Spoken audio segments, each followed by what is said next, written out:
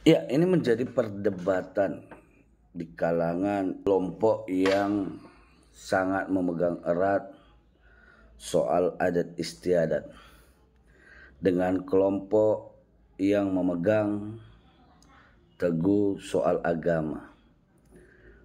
Mereka menimbulkan dialog dengan mempertanyakan bahwa mana lebih duluan, adat atau agama. Kalau kaum-kaum adat akan mengatakan bahwa adat duluan daripada agama.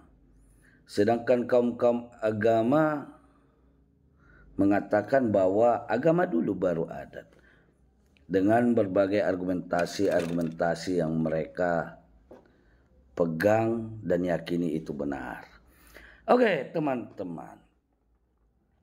Kalau kita berbicara adat dan agama, ini dua hal yang gak bisa sebenarnya kita pisahkan. Kenapa? Karena adat dan agama itu adalah identitas seseorang di dalam kehidupannya. Misalnya saya itu memegang teguh adat Batak Toba. Tetapi saya juga memegang teguh soal ajaran agama Kristen. Apakah saya harus memisahkan mana duluan antara adat atau agama?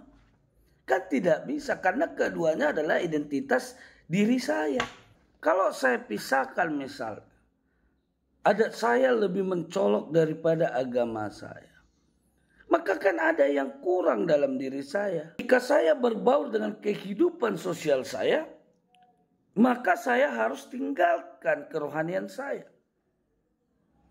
Atau ketika saya hidup dalam kerohanian saya, maka saya akan menciptakan sifat tertutup yang tidak bersosial dengan saudara-saudara saya.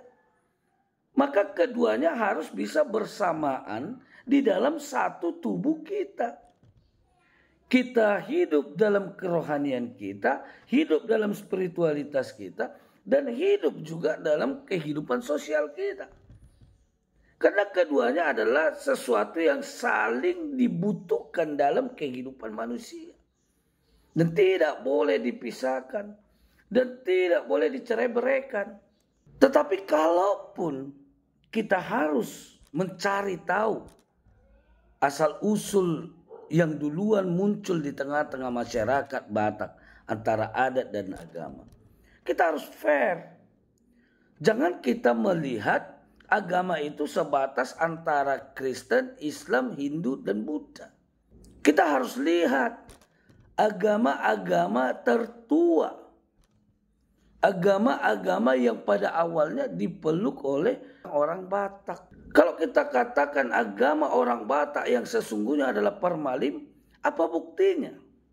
Kalau Parmalim memang agama terdahulu di dalam adat Batak dan itu dipegang oleh nenek moyang orang Batak zaman dulu, maka bisa kita lihat bahwa adat Batak itu lahir 1808.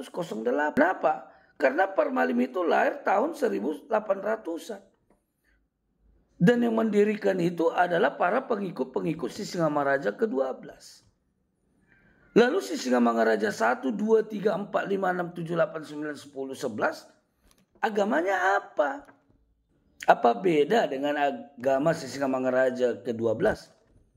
Apa jauh lebih tua Sisingamangaraja ke-12 dari Sisingamangaraja yang pertama? Sedangkan agama Parmalim itu dicetuskan atau dibentuk oleh para pengikut Sisingamangaraja ke-12. Kan tidak juga. Berarti kalau kita katakan, oh bukan Parmalim, jauh lebih tua dari Parmalim. Oleh karena data itu tadi. Nggak ada masalah. Tetapi apa yang menjadi agama pertama leluhur-leluhur kita orang Batak Toba? Para tokoh-tokoh agama tidak mengidentifikasi apa agama mereka.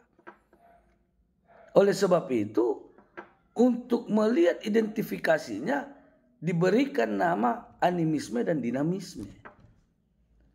Ya masalah prakteknya tergantung mereka.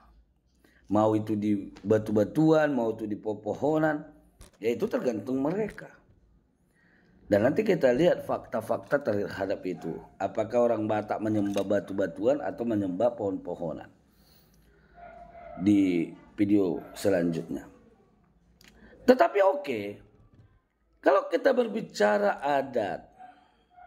Adat itu kan tujuannya bagaimana kita mengatur kehidupan sosial kita supaya tidak kacau. Mengikat persaudaraan kita dengan orang-orang yang ada di sekitar kita, bahkan orang-orang yang di luar dari kelompok kita, di luar dari komunitas kita. Maka kita berbicara soal adat di sana.